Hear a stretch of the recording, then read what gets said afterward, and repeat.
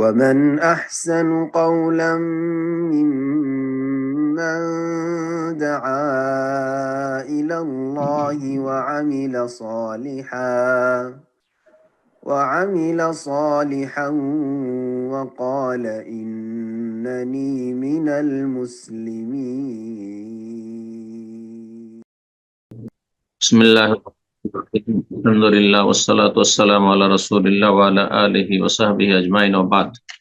সম্মানিত শ্রোতা দর্শক মণ্ডলী, আল্লাহ রাব্বুল আলামিনের প্রশংসা এবং প্রিয় নবী সাল্লাল্লাহু আলাইহি সাল্লামের উপর সালাত ও সালামের পর আজ রবিবার 15 জমাদাল উলা 1446 হিজরি মোতাবেক 17 নভেম্বর 2024 আমাদের ধারাবাহিক আলোচনা ফিকহুস সালাতের সালাতুল জানায়েজ নিয়ে আলোচনা চলছে। ফিকহুস সালাতের মাসাইলের পর্ব নম্বর 60 এবং সালাতুল জানাজার আজকের পর্ব হচ্ছে 5। এর আগে 4টি আলোচনা হয়েছে জানাজার উপর, আরো কয়েকটি আলোচনা ইনশাআল্লাহ তাআলা হবে জানাজার, আর তার মাধ্যমে ইনশাআল্লাহ তাআলা ফিকহুস সালাত আমরা শেষ করব। আল্লাহ রাব্বুল আলামিন যেন আমাদের এই নেক আমল ইলম চর্চা কবুল করেন, যারা এতে অংশ নিচ্ছেন যেভাবে, এবং আল্লাহ রাব্বুল আলামিন তার উত্তম প্রতিদান দুনিয়া এবং আখিরাতে দান করেন এবং এটি আমাদের নাজাতের ওসিলা হিসেবে আল্লাহ কবুল করেন। আজকের বিষয়বস্তু হচ্ছে সিফাতুস সালাত আলাল মাইয়িত, মাইয়িতের জানাজার সালাতের পদ্ধতি। মৃত ব্যক্তির জানাজার সালাত কেমন হবে, জানাজার নামাজের তরিকা। তাতে আমরা আজকে কয়েকটি বিষয় নিয়ে আলোচনা করব। একটি বিষয় হচ্ছে জানাজায় উপস্থিত হওয়ার বহুমুখী ফায়দা, 6টি উপকারিতা লেখক উল্লেখ করেছেন। তারপর আলোচনা করব জানাজার সালাতের হুকুম, ফরজ না সুন্নাত, আর ফরজ হলে ফরজে কিফায়া না ফরজে আইন। তারপরে জানাজার সালাতের পদ্ধতি, জানাজার সালাতের দোয়া এবং কোন তাকবীর পরে কোন দোয়াগুলি কি পড়বেন আপনি, এই বিষয়গুলো নিয়ে আর এর সাথে কিছু সংশ্লিষ্ট আরো মাসাইল ইনশাআল্লাহ তাআলা সময় সাথ দিলে আমরা পেশ করার চেষ্টা করব। লেখক বলছেন সিফাতুস সালাত আল মাইয়িত, মৃত ব্যক্তির জানাজার সালাতের পদ্ধতি বা বিবরণ। তারপরে উপকারিতা বর্ণনা করেছেন জানাজায় উপস্থিত হওয়ার। কেউ যদি জানাজায় হাজির হয় মুসল্লি হিসাবে এবং দাফন করার জন্য, তাহলে তার ফজিলতগুলি বা তার যে উপকারিতাগুলি, দিন দুনিয়ার উপকারিতা, পার্থিব কিছু উপকারিতা, সুসম্পর্ক মজবুত করা, পাশে দাঁড়ানো, আর পারলৌকিক উপকারিতা, আল্লাহর কাছে মহাপুরস্কার। বলছেন শহুদুল জানাজাতে ওয়াত্তিবাইহা, শহুদুল জানাজাতে ওয়াত্তিবাউহা ফিহি ফাওয়াইদু জাম্মা, জানাজায় উপস্থিত হওয়া এবং জানাজার অনুসরণ করায় বহুমুখী গুরুত্বপূর্ণ উপকারিতা রয়েছে। আহাম্মহা, তার গুরুত্বপূর্ণ কয়েকটি এখানে উপকারিতা আমরা পেশ করব। 1 নম্বর উপকারিতা হচ্ছে আদাউ হাক্কিল মাইয়িত বিসসালাত আলাইহি, যে কোনো মৃত ব্যক্তির, মুসলিম মাইয়িতের আমাদের উপর হক রয়েছে, সুতরাং সে মাইয়িতের হক আদায় করার একটি গুরুত্বপূর্ণ হক হচ্ছে যে তার জানাজা আমরা আদায় করবো, তার জন্য দোয়া করব সালাত পড়ে। মাইয়িতের হক আদায় করা এটি মাইয়িতের প্রাপ্য আমাদের কাছ থেকে। যে কোনো মানুষ মারা যান না কেন, আপনার পক্ষে সম্ভব হয় যদি সেখানে পৌঁছান, বিশেষ করে সেই অঞ্চলে আপনি বসবাস করছেন। দ্বিতীয় ফায়দা হচ্ছে ওয়াশাফাআতু ফীহি ওয়াদ-দুআ লাহু, মৃত ব্যক্তির জন্য আল্লাহর কাছে সুপারিশ করা এবং দোয়া করা। সুপারিশ আর দোয়া একই বিষয়, সাধারণ মানুষরা সুপারিশ বিষয়টি বুঝেন না। তাই জন্য সুপারিশ সম্পর্কে, শাফাত সম্পর্কে আখিরাতে যে নবী সাল্লাল্লাহু আলাইহি ওয়াসাল্লামের সবচেয়ে বড় শাফাত উজমা হবে, সমস্ত আম্বিয়া রাসূলগণ সুপারিশ করবেন, আল্লাহর নেক বান্দা সালেহীন মুসলিহিন তারা সুপারিশ করবেন, এবং প্রত্যেকের জন্য আল্লাহ রাব্বুল আলামিন তার পরিমাণ নির্ধারণ করবেন। এই নয় যে সবাই একই স্তরের, কেউ ব্যাপক সুপারিশ করবেন, কেউ সীমিত সুপারিশ করবেন, কিন্তু আল্লাহর নেক বান্দার সুপারিশ করবে।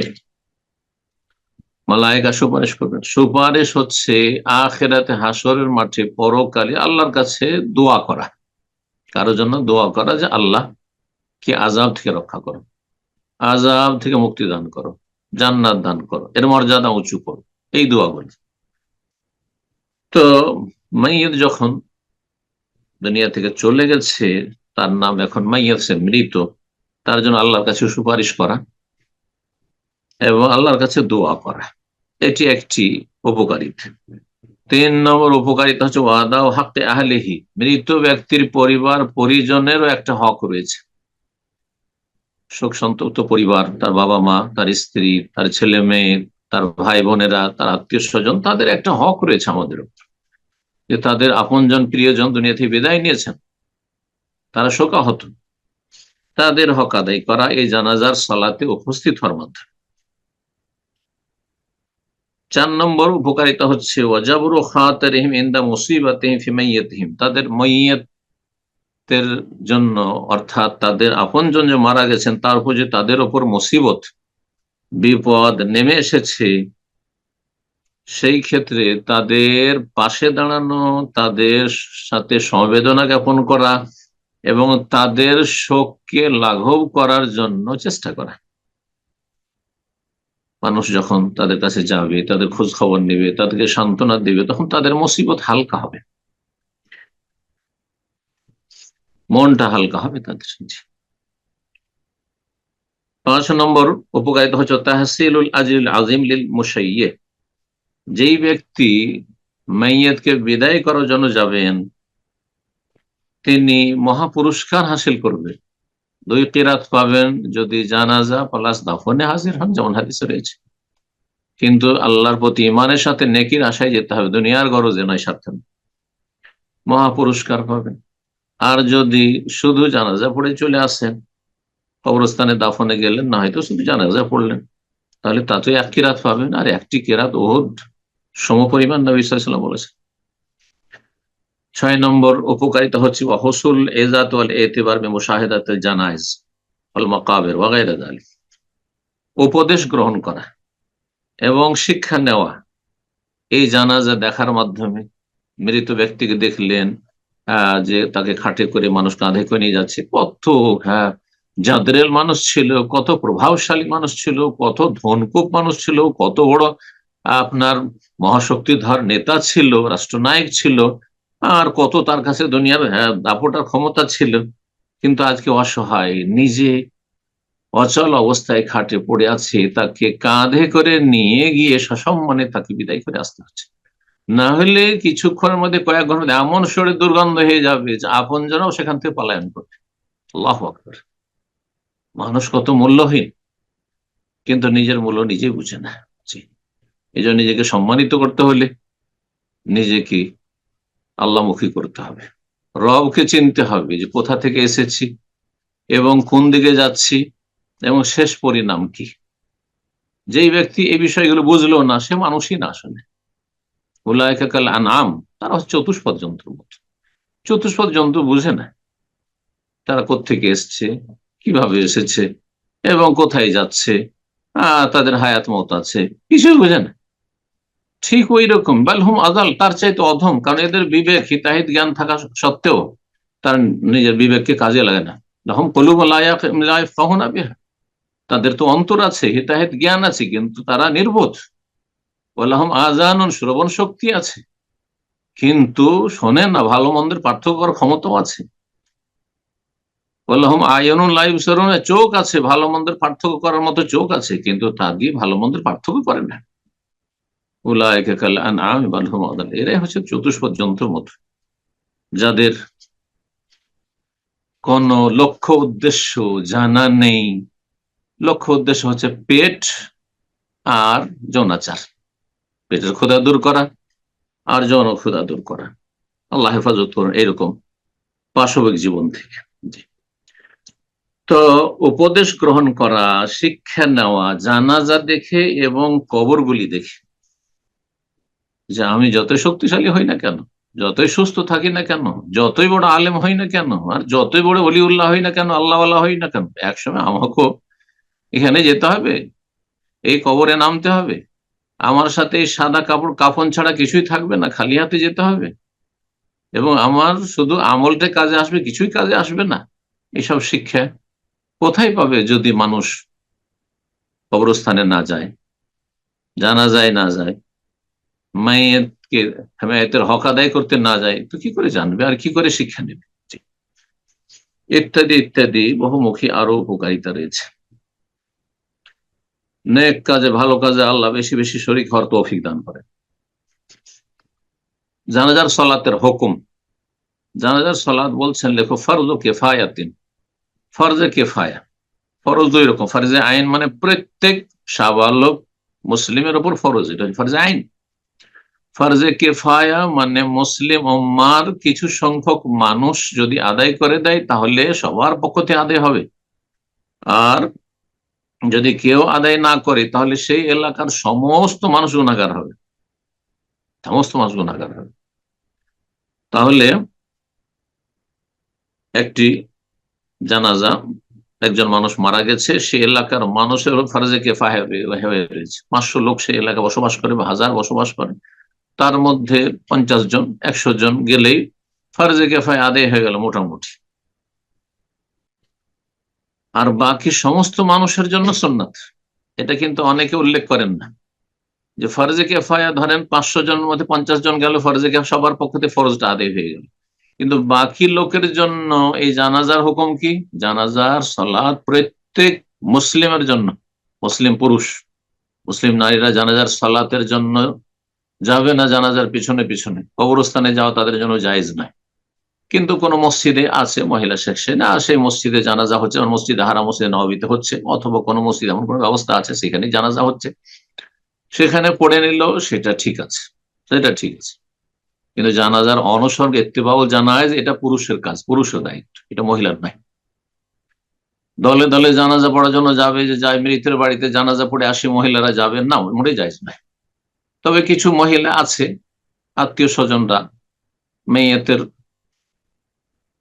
জন্য উপস্থিত হয়েছে, যে মানুষ মারা গেছে, যায় একটু, মহিলারা এসেছে সেখানে, আর তারপর জানাজা প্রস্তুত হয়েছে, কাফন দিয়ে গোসল দিয়ে প্রস্তুত হয়েছে, আর সেখানে ঘরের ভিতরে যদি জানাজা তারা পড়ে নেয় উঠানে ঘরের ভিতরে, পর্দার সাথে সেখানে কোনো পুরুষ নেই, তাহলে জায়েজ, সেটাও জায়েজ। কিন্তু কবরস্থানে যাবে অথবা মাঠে যাবে জানাজা পড়ার জন্য মহিলারা দলে দলে, আর পেছনে বা সাইডে কাতার লাগবে, হারাম, জায়েজ নয়। এই মশলাটি অনেকে জিজ্ঞাসা করেন, সেই জন্য বিষয়টি ক্লিয়ার করে দিলাম। জি, তো জানাজার সালাত ফরজে কিফায়া, এতে লাভ কি বলছে? ওয়াহিয়া জিয়াদাতুন ফি আজরিল মুসাল্লিন, যারা জানাজার সালাত পড়বে তারা অতিরিক্ত সওয়াব পাবে।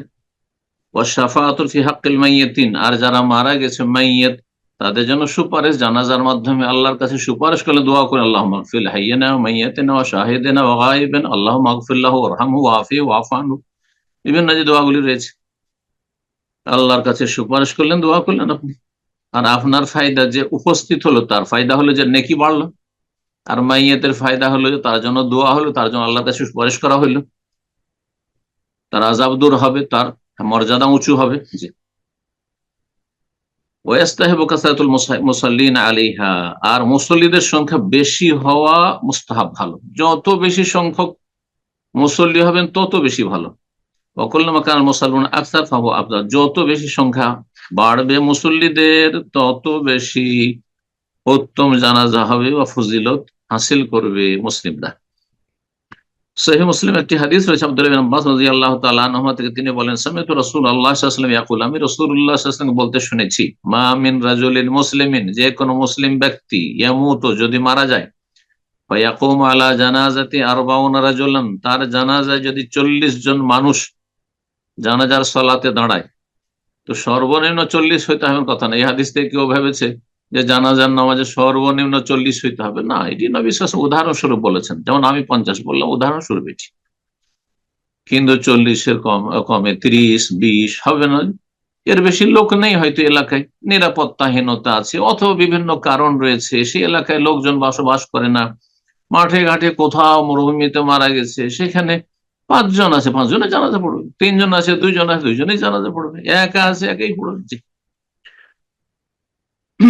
40 জন মানুষ যদি জানাজা পড়ে, তার মানে সংখ্যা যদি বেশি হয়, 5 জন, 10 জন, 20 জন, 30 জনের চাইতে 40 জন বেশি, আর যত বেশি হবে তত বেশি ফজিলত, এটাই প্রমাণ করে এই হাদিস। লা ইউশরিকুনা বিল্লাহি শাইআন, তারা যেন আল্লাহর সাথে কোনো কিছুকে শরিক না করে। হ্যাঁ, এটা গুরুত্বপূর্ণ শর্ত, যেন শিরক মুক্ত হয়, কুফরি মুক্ত হয়, নাস্তিকতা মুক্ত হয়। এখন জানা যায় ধরেন 5,000 লোক আমাদের দেশে, কিন্তু তার মধ্যে অর্ধেক হচ্ছে নাস্তিক সেকুলার, আর বাকি অর্ধেকের অধিকাংশই হচ্ছে আপনার মাজারপন্থী, পীরপন্থী, হ্যাঁ, সুফি, হ্যাঁ, বিভিন্ন বড় শির ছোট শিরকে লিপ্ত। তাহলে তো কাম খারাপ হয়ে গেল। তাহলে তো এদের দ্বারা কোনো কাজ হবে না, এই খোঁড়ার লোকদের দ্বারা কি কাজ হবে? জি, সব খোঁড়া, এদের উপস্থিত হওয়া না হওয়া সমান। এই জন্য লা ইউশরিকুনা বিল্লাহি শাইআ, শত লোকেরা জানাজা হাজির, বেনামাজি জানাজা লাভটা কি? বেনামাজি নিজে ইসলামের গণ্ডিতে আগে আসুক, তারপরে কারো জন্য আল্লাহর কাছে সুপারিশ করুক আর জানাজা পড়ুক। জি, ভালো করে শুনে রাখেন, শিরক মুক্ত হইতে হবে। শিরকের সমতুল্য গুনাহ হচ্ছে সালাত ত্যাগ করা, বেনামাজি হওয়া। শিরকের সমতুল্য গুনাহ হচ্ছে নাস্তিকতা। শিরকের সমতুল্য গুনাহ হচ্ছে সেকুলারিজম, হ্যাঁ, ধর্ম নিরপেক্ষতা, আমি নিরপেক্ষ ধর্ম থেকে, আমার কাছে এইটা ওইটা সব সময়। আউযুবিল্লাহ, এগুলি স্পষ্ট কুফর। জি,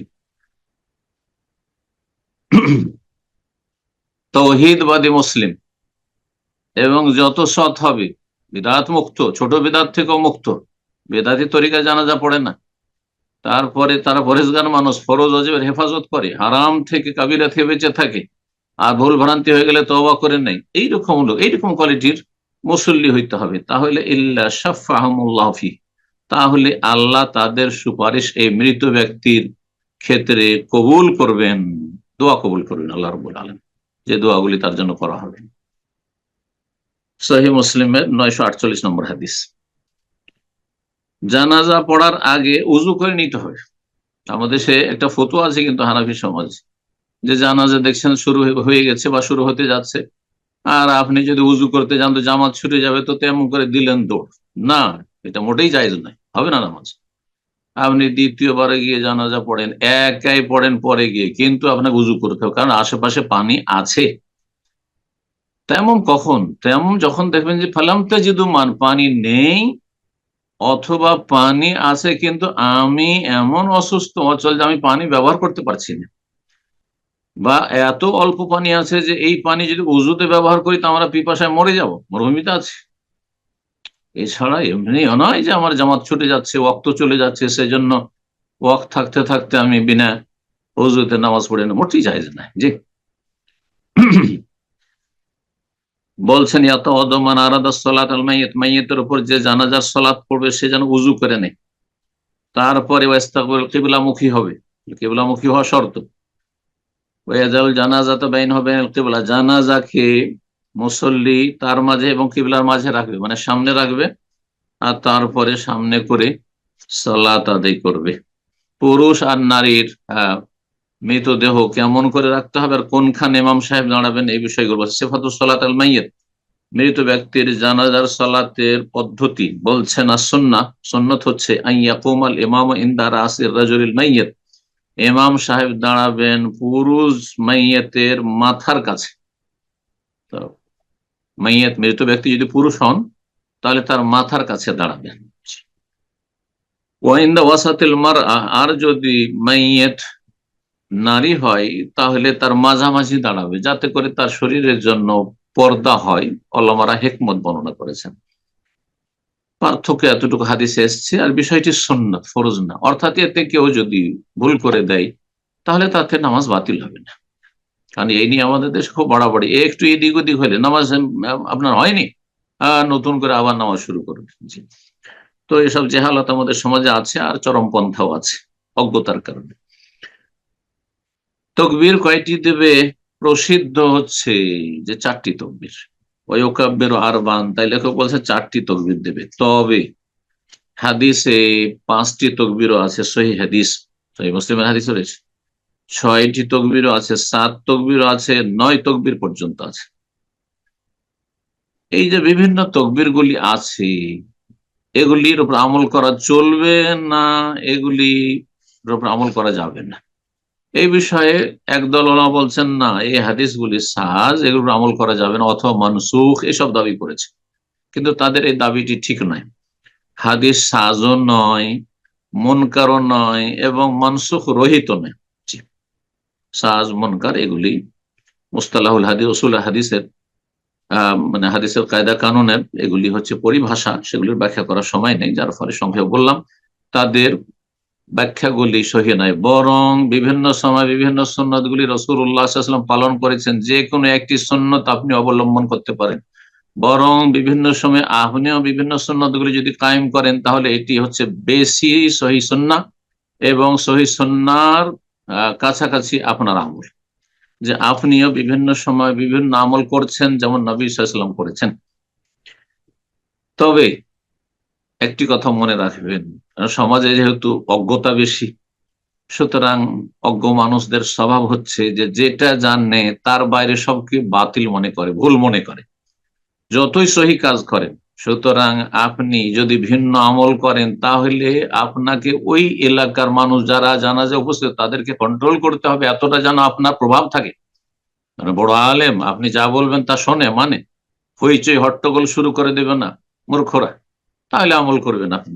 তারপরে জানিয়ে দেবেন তাদেরকে যে আজকে আমরা 5 তাকবীর দেবো, আজকে আমরা 6 তাকবীর দেবো, 7 তাকবীর দেবো, কারণ মানুষ জানে না এসব বিষয়গুলি। আর যদি দেখেন যে না, আমি সামলাইতে পারবো না, তাহলে আপনি নতুন কিছু আমল করবেন না, যেটা সবাই জানে। হাদ্দেসিন নাস আলা কাদরে উকুলিহিম, আলী রাদিয়াল্লাহু আনহু বলেছেন, মানুষ যতটা বুঝে ততটাই মানুষের সামনে পেশ করবো, বয়ান করা। কারণ বেশি বলতে গেলে মানুষ মূর্খামি করে উল্টো পাল্টা ইসলামের শত্রুতাই করে ফেলবে। জি, যদি বলেন যে পাঁচেরও হাদিস আছে ভাই, 6-এরও হাদিস আছে ভাই, তোমার হাদিস মানি না, এই কুফরি কথা বলে ফেলবে। এত মূর্খ সমাজ আমাদের, যে মূর্খ সব কথা বলে ফেলবে, জানি মানি না তোমার হাদিস, মনে করছে সেই আল্লাহ মাহে বসে আছে, জাহেল।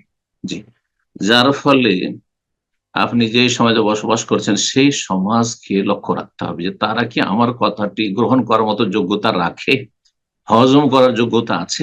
জি, বলছেন লেখক লেখক যে মতটি পেশ করছেন, আমি সেটি বলবো, খাসসাতান আলা আহলিল ইলমি ওয়াল ফদল, বিশেষভাবে যারা ওলামায়ে কেরাম, যারা পরহেজগার সম্মানিত, যারা আহলুস সালাহ নেক, আহলুত তাকওয়া পরহেজগার, ওমাল্লাহুম কাদামা সিদকান ফিল ইসলাম, যার ইসলামে বড় খিদমত রয়েছে, বিশিষ্ট ব্যক্তিজন, ইসলামের খাদেম, বড় বড় ওলামায়ে কেরাম, বড় বড় ইসলামের খাদেম, বড় বড় আল্লাহ রাব্বুল আলামিনের দ্বীনের খাদেম, সেটা তার ক্ষমতা দিয়ে হোক অথবা তার এলেম দিয়ে হোক, ওলামায়ে কেরাম অথবা ন্যায় পরায়ণ শাসক যদি হয়, তাহলে তাদের তকবীর বাড়ানো ভালো। 5 তকবীর, 6 তকবীর, 7 তকবীর, 9 তকবীর দিয়ে আরো বেশি বেশি বিভিন্ন দোয়াগুলি, প্রত্যেক তকবীর এক একটি করে দোয়া পড়লেন। যেমন পঞ্চম তকবীর মানে চতুর্থ তকবীরের পরে সালাম না ফিরে নবী সাল্লাল্লাহু আলাইহি ওয়াসাল্লাম সহিহ মুসলিমের হাদিসে রয়েছে, আল্লাহুম্মা আগফির লাহু ওয়ারহামহু ওয়াআফিহি ওয়াফু আনহু ওয়াকরিম নুজুলাহ, এই দোয়াটি পড়েছেন। জি, আর তারপরে তখন পঞ্চম তকবীর দিয়ে সালাম ফিরেছেন। বলছেন লেখক, ইয়াফালু হাযা মাররা ওয়া হাযা মাররা ইহয়ালুস সুন্নাহ, এই সন্ন্যতগুলি বিভিন্ন বিভিন্ন আমলগুলি করবে, কখনো এটা করবে, কখন এটা করবে, এতে সন্ন্যত জীবিত হবে। কারণ আজকাল সন্ন্যত মরে গেছে। যদি মানুষকে বলেন যে 5 তকবীর, 6 তকবীর, 7 তকবীর, 9 তকবীর করা যেতে পারে, আছে হাদিসে, তো অধিকাংশ লোক বলবে না না না, এই কোন নতুন ধর্ম নিয়ে আসবে। হ্যাঁ, আজকাল আমাদের সমাজে একটা কথা আছে, আজকাল নতুন নতুন ফতুয়া, নতুন নতুন আলেম, নতুন নতুন ফতুয়া, এসব জেহালতি কথা সমাজে আছে। যার ফলে এই সন্ন্যত গুলো যদি মাঝে মাঝে জীবিত করা যায়, তাহলে মানুষের ইসলাম সম্পর্কে সম্যক জ্ঞান হবে। প্রথম তকবির দেওয়ার পরে কি করবেন বলছেন, ইউকাব্বিরু তাকবীরাতুল উলা, প্রথম তকবির বলবেন, আর প্রথম তকবীরের তাহরিমা, ফরজ রুকন, রাফিয়ান ইয়াদাইহি, 2 হাত উত্তোলন করবেন, রাফুল ইয়াদাইন করবেন, হাত উঠাবেন কাঁধ বরাবর, কাঁধ বরাবর করতে পারেন, আর কানের নিম্নভাগ বরাবর করতে পারেন, কাঁধ বরাবর, প্রসিদ্ধ হাদিস। এলা হাজুয়ে মানকাবাহি, লেখক বলছেন যে 2 কাঁধ বরাবর করবেন, আও এলা ফরু উজনাই, অথবা কানের এই লতা বা লতি, এই কানের যে নরম অংশ নিম্নভাগ, এবারে কান ধরবেন না, এটা বেদাতি তরিকা, এই যে কান ধরে তকবির পাঠ করা, হ্যাঁ, এইভাবে কানে হাত দিয়ে অথবা কানে এইভাবে হাত দিয়ে, এটা বেদাত। ওয়াকাযা ফি বাকিয়াতি তাকবীরাত, এইভাবে সমস্ত তকবীর গুলিতে রফুল ইয়াদাইন করাই হচ্ছে সুন্নাহ। এটি বেশি উত্তম এবং বেশি সহিহ মত। প্রত্যেকটি তকবীরে রফুল ইয়াদাইন করা, এই মতটিতে রফুল ইয়াদাইন করবেন না দুটি মত রয়েছে। বিষয়টি একটু বিস্তারিত বলে দিই সংক্ষেপে। এই ক্ষেত্রে চার মযহাবের ইমাম আবু হানিফা এবং ইমাম মালিকি মযহাব এবং হানাফি মযহাব, আর আহলুল হাদিসরা কেউ কেউ রফুল ইয়াদাইন প্রত্যেক তাকবীরে বলছেন যে এটাই ভালো, কেউ বলছেন যে না, রফুল ইয়াদাইন না করা। দুই দলে আছেন আহলে হাদিস ওলামারা। আমাদের বাংলা ভাষাভাষী আহলে হাদিস ওলামা রফুল ইয়াদাইন প্রত্যেক তাকবীরে করেন, কিন্তু উর্দু ভাষীদেরকে দেখেছি আমরা উত্তরপ্রদেশে, তারা রফুল ইয়াদাইন প্রত্যেক তাকবীরে করে না, শুধু প্রথম তাকবীরে। প্রথম তাকবীরে রফুল ইয়াদাইন সবার কাছে আছে, কিন্তু দ্বিতীয়, তৃতীয়, চতুর্থ তাকবীরে রফুল ইয়াদাইন আছে কিনা একদল বলছে রফুল ইয়াদাইন আছে, হানাফি মযহাব এবং মালিকি মযহাব। পক্ষান্তরে তারা রফুল ইয়াদাইন বলছেন। আর হাম্বলি মযহাব আর শাফি মযহাব, তাদের কাছে রফুল ইয়াদাইন নেই। জি। তো এই ক্ষেত্রে দলিল নবী সাল্লাল্লাহু আলাইহি সাল্লাম থেকে পাওয়া যায় না, তবে আব্দুল্লাহ বিন ওমর এবং আব্দুল্লাহ বিন আব্বাস রাদিয়াল্লাহু তাআলা তারা রফুল ইয়াদাইন প্রত্যেক তাকবীরে করতেন, যে হাদিস দারাকুতনিতে রয়েছে এবং সহিহ সনদ বিসনাদিন জাইয়্যিদ। শেখ ইবনে বাজ রাহিমাহুল্লাহ এবং শেখ ইবনে উসাইমিন তারা বলছেন যে রফুল ইয়াদাইন করবে। জি, আল্লাহু তাআলা আলাম। তো রফুল ইয়াদাইন করাটাই বেশি ভালো। জি, বলছেন যে প্রত্যেক তাকবীরে রফুল ইয়াদাইন করবে, আর কাঁধ বরাবর উঠাবে অথবা কানের লতি পর্যন্ত, আর ডান হাত বাম হাতের উপর রাখবে আলা সাদরিহি, বুকের উপর রাখাই সুন্নাত, নাভির নিচে নয়। জানাজার সালাতে সানা নেই, ইস্তিফতার দোয়া নেই, সুবহানাকা আল্লাহুম্মা ওয়া বিহামদিকা অথবা আল্লাহুম্মা বা'ইদ বাইনি ওয়া বাইনা খাতায়া ইন্নী ওয়াজহাতু ওয়াজহি, এসব নেই। জি, কোনো প্রমাণ নেই। জি, যেটা নেই সেটা করবেন না। হানাফি মযহাবের জানাজার ক্ষেত্রে রোগ হচ্ছে যে যেটা আছে সেটা করে না, আর যেটা নেই সেটা করে। কোন হাদিসে সানা পড়ার কথা নাই, কিন্তু তাদের মযহাবে আছে সানা পড়তে হবে। আর হাদিসে আছে সূরা ফাতিহা পড়া, তার বলছে সূরা ফাতিহা জানাজাতে চলবে না। এই দুটো ফতোয়া হানাফি জানাজাতে বা হানাফি মযহাবে জানাজাতে ভুল ফতোয়া। জি, আল্লামা আলবানী রাহিমাহুল্লাহ এই কথাই লিখেছেন তার কিতাবুল জানাইজে, যে হানাফি মযহাবে দুটো কথা হাদিস বিরোধী কথা। এই দুটো কথা, সানা নেই অথচ তারা সানা পড়বে, সূরা ফাতিহা আছে সূরা ফাতিহা পড়বে না। আল্লাহ সঠিক বুঝ দান কর। উদ্দেশ্য কাউকে ছোট করা নয়, বরং উদ্দেশ্য হচ্ছে সহিহ সুন্নাহ পালনে উৎসাহিত করা। আল্লাহ তৌফিক দান করুন। নবী সাল্লাল্লাহু আলাইহি সাল্লাম অনুসরণ আমাদের মুখ্য উদ্দেশ্য, এবং নবী সাল্লাল্লাহু আলাইহি সাল্লামের তরিকায় জান্নাত রয়েছে।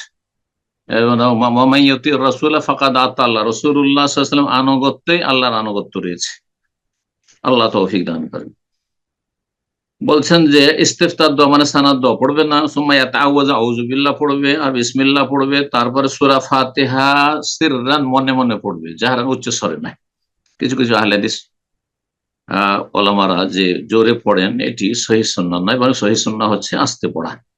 ওয়া আহইয়ানান ইয়াকরাউ মাহা সূরা, এই সূরা ফাতিহার সাথে অন্য সূরা পড়লে পড়তে পারে, ছোট্ট সূরা হয়তো সূরা ইখলাস পড়লো, ওলামারা বলছে পড়তে পারে। সুম্মা ইউকাব্বিরু সান, তারপরে দ্বিতীয় তাকবীর দেবেন, আর তারপরে দুরূদ ইব্রাহিমী পড়বে, সালাতে ইব্রাহিমে, আল্লাহুম্মা সাল্লি আলা মুহাম্মদ ওয়া আলা আলি মুহাম্মদ কামা সাল্লাইতা আলা ইব্রাহিম ওয়া আলা আলি ইব্রাহিম ইন্নাকা হামিদুম মাজিদ, আল্লাহুম্মা বারিক আলা মুহাম্মাদিন ওয়া আলা আলি মুহাম্মদ কামা বারাকতা আলা ইব্রাহিম ওয়া আলা আলি ইব্রাহিম ইন্নাকা হামিদুম মাজিদ। সহিহ বুখারী মুসলিমের হাদিস। তারপরে তৃতীয় তাকবীর দেবেন, আর তারপরে মাইয়াতের জন্য দোয়া করবেন। জি, বেশ কিছু দোয়া রয়েছে, তার মধ্যে যেটি প্রসিদ্ধ দোয়া, এই দোয়াটি অবশ্যই প্রত্যেক মুসলিমের মুখস্থ থাকা উচিত, যাকে জানাজা পড়তে হবে, বিশেষ করে পুরুষরা বলছে। আল্লাহুম্মা আগফির লিহাইয়িনা ওয়া মাইয়িতিনা ওয়া শাহিদিনা ওয়া গায়িবিনা ওয়া সগীরিনা ওয়া কাবীরিনা ওয়া যাকারিনা ওয়া উনসানা, আল্লাহুম্মা মান আহইয়াতা মিন্না ফাআহইহি আলা ইসলাম, মান তাওয়াফাইতা মিন্না ফাতাওয়াফাহু আলা ঈমান, আল্লাহুম্মা লা তাহরিমনা আজরাহু ওয়া লা তুদিল্লানা বাদাহু রয়েছে, ওয়া লা তাফতিননা বাদাহু, দুই রকম রিওয়ায়াত রয়েছে, আবু দাউদ ইবনে মাজার হাদিস। দ্বিতীয় দোয়া যেটি সহিহ মুসলিমে রয়েছে, আল্লাহুম্মা আগফির লাহু ওয়ারহামহু ওয়া আফিহি ওয়া আফু আনহু ওয়া আকরিম নুজুলাহু ওয়া ওয়াসি' মুদখালাহু ওয়াগসিলহু বিল মা'i ওয়াস সালজি ওয়াল বারাদ ওয়া নাক্কিহি মিনাল খাতায়া কামা ইয়ানক্কা সাওবুল আবিয়্যযু মিনাদ দানাস ওয়া আবদিলহু দারান খায়রান মিন দারি ওয়া আহলান খায়রান মিন আহলিহি ওয়া যাওজান খায়রান মিন যাওজিহি ওয়া আদখিলহুল জান্নাহ ওয়া কিহি মিন আযাবিল কবরি ওয়া আযাবিন নার। সহিহ মুসলিম 963 নম্বর হাদিস। 3 নম্বর দোয়া আবু দাউদ এবং ইবনে মাজায় রয়েছে। এই দোয়াটিও যথাসাধ্য মুখস্থ করবেন, কারণ অনেক সময় ইমাম সাহেব লম্বা সময় দেন, অথবা নিজেই পড়লেন, আপনি হয়তো নিজেই ইমাম, বিশেষ করে যারা জানাজা পড়ান তাদের তো মুখস্থ রাখা উচিত। আল্লাহ ইন্না ফুলান ইবনে ফুলান, মানে অমুকের ছেলে অমুক, ফি জিম্মাতিকা, তোমার জিম্মায় চলে, তোমার কাছে চলে গেছে, ওয়াহাবলে জাওয়ারিকা, তোমার আশ্রয়ে শরণাপন্ন হয়েছে, ফাকিহি মিন ফিতনাতিল কবরে, কবরের পরীক্ষা থেকে তাকে রক্ষা করো, আযাবিন নার, জাহান্নামের আযাব থেকে রক্ষা করো, আনতা আহলুল ওয়াফা ওয়াল হক, তুমি আহলে ওয়াফা অর্থাৎ ওয়াদা পূরণকারী, এবং আহলুল হক, হ্যাঁ, আর সত্যের, হ্যাঁ, তুমি ধারক বাহক এবং সত্য প্রতিষ্ঠাকারী, ফাগফিরলাহু ওয়ারহামহু, তাকে ক্ষমা করে দাও, তারপরে দয়া করে, ইন্নাকা আনতাল গফুরুর রহিম। হাদিসটা আবু দাউদ 3202 এবং ইবনে মাজাহ 1499 নম্বর হাদিস। যদি মাইয়েত শিশু হয়, নাবালক হয়, ছেলে অথবা মেয়ে, নাবালক নাবালিকা হয়, তাহলে বলবেন আল্লাহুম্মা জাআলহু লানা সালাফান ওয়া ফারাতান ওয়া আজরান ওয়া যুখরান। আর এর সাথে কিছু কিছু বাক্য, কিছু সালাফগণ বাড়িয়েছেন, সেখানে বাজ রাহিমাহুল্লাহ সেগুলি উল্লেখ করেছেন দুরুস মুহিম্মাতে, সেগুলি কেউ যদি পড়তে পারে। বাইহাকিতে এর রিওয়ায়াতটি রয়েছে যে যদি নাবালক ছেলে মেয়ে হয়, তাহলে বলবে হে আল্লাহ ইজআলহু লানা সালাফ, এদেরকে আমাদের অগ্রণী বানিয়ে দাও, মানে বাবা মায়ের আগে গিয়ে যাতে করে তাদের জন্য, হ্যাঁ, জান্নাতের সুপারিশ করে, ওয়াফারাতান, আমাদের আগেই যেন অগ্রগামী হয় এবং আগে গিয়ে পৌঁছে থাকে, ওয়াজরান, এবং আমাদের প্রতিদান নেকির ওসিলা বানিয়ে দাও, ওয়াজুখরান, এবং আমাদের জন্য সম্বল বানিয়ে দাও। জি, আর বিশেষ করে পিতা মাতার জন্য। হাদিসটি বাইহাকিতে রয়েছে এবং হাদিসটিকে আল্লামা আলবানী রাহিমাহুল্লাহ আহকামুল জানায়েজে হাসান বলেছেন। তারপরে চতুর্থ তকবীর দেবেন, আর চতুর্থ তকবীর দেওয়ার পরে সামান্য একটু থামবেন, কোনো সেখানে জিকির দোয়া নেই, বিশেষ কোনো দোয়া নেই। আর কিন্তু কেউ কেউ বলেছেন যে কোনো দোয়া জিকির পড়লে পড়তে পারে, কিন্তু হাদিসে কিছুই নেই। সুম্মা ইউসাল্লিম, তারপরে সালাম ফিরবেন, একটি না দুইটি, একদল বলছেন একটি সালাম, এইটি বেশি উত্তম, ইমাম আহমদ বিন হাম্বলের মত এটি। সুম্মা ইউসাল্লিম ওয়াহিদাতান আন ইয়ামিনিহি, লেখক সেই মতটিকে প্রাধান্য দিয়েছেন যে একদিকে সালাম ফিরে, ডান দিকে সালাম ফিরবেন। ওয়াইন সাল্লামা সানিয়া, তবে যদি বাম দিকেও সালাম ফিরেন, দ্বিতীয় সালাম, কখনো কখনো ফালা বাসা, তাতে কোনো অসুবিধা নেই। শাইখ আলবানী রাহিমাহুল্লাহ কিতাবুল জানায়েজে তিনি 2 রকম হাদিস নিয়েছেন, বেশ কিছু হাদিস, এক সালামের হাদিস রয়েছে, 2 সালামের হাদিস রয়েছে। সুতরাং এই ক্ষেত্রে বলবো যে দুটোই সুন্নাত। এখন কিছু কিছু মানুষরা নতুন সুন্নত বলে মনে করে এইটাই ঠিক, আগেরটা মনে হয় ভুলই করতাম, যার ফলে কিছু ভাইদের সম্পর্কে শুনলাম যে তারা এখন উঠে পড়ে লেগেছে যে এক সালামকে প্রতিষ্ঠা করবো আর 2 সালামকে উঠাবো না। এগুলো বড় ইসলামের কোনো খেদমত না, আর এগুলো দিয়ে এলাকাতে আপনি বিশৃঙ্খলা সৃষ্টি করবেন, এটা মোটেই উচিত নয়। দুটোই যখন জায়েজ রয়েছে, যেটার প্রচলন যেখানে রয়েছে, যেখানে আমল রয়েছে, আমল করতে দেন। এতটুকু করতে পারেন যে সেখানকার জনগণকে শিখিয়ে দেন যে এক সালামও আছে, 2 সালামও, সুতরাং মাঝে মাঝে আমরা এক সালাম ফিরলাম, তোমাদের যেন কোনো আপত্তি না থাকে, তোমাদের এতটুকু জ্ঞান থাকতে হবে ইসলাম সম্পর্কে, অথবা 2 সালাম ফিরলাম, তাতেও যেন কোনো আপত্তি না থাকে। আল্লাহ তাআলা আলাম। কারো যদি তকবির ছুটে গিয়েছে, 1 তকবির, 2 তকবির বা 3 তকবির ছুটে গেছে, শেষখানে গিয়ে পৌঁছেছে, তাহলে শুরু থেকে যেমন সালাত কাজা করে ওইভাবে কাজা করবে। যে তকবিরটি পেয়েছে সেই তকবীরের পরে সূরা ফাতিহা পড়বে, উযুবিল্লাহ বিসমিল্লাহ পড়ে, আর তারপরে সালাম ফিরে নিল ইমাম সাহেব, তখন বাকি তকবীর গুলি কাজা করবে। এখানে আজকের আলোচনা শেষ করছি। ওয়া জাযাকুমুল্লাহু খাইরান ওয়া সাল্লাল্লাহু আলা নবিয়িনা মুহাম্মদ ওয়া আলা আলিহি ওয়া সাহবিহি আজমাইন।